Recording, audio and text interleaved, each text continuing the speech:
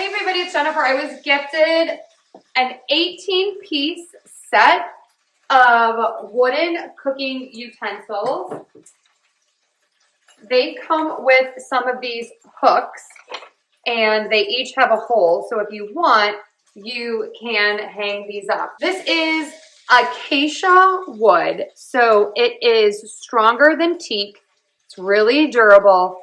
It is beautiful. And no two look exactly alike. I do love that. So you get this really nice spoon rest. Love that. You got the container. It has holes in the bottom for drainage. And then you get all of these. You get a spatula. And then you get both of these. And again, all of them do have hooks on them. You got a very simple ladle. Love this. You get a nice little pasta fork, spoon. I'm not quite sure what you call that. This is great, this slotted spoon for drainage.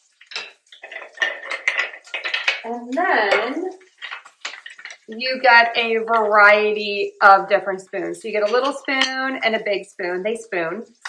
And then you get the spoon slash fork, the spork, and then just this bigger flat spoon.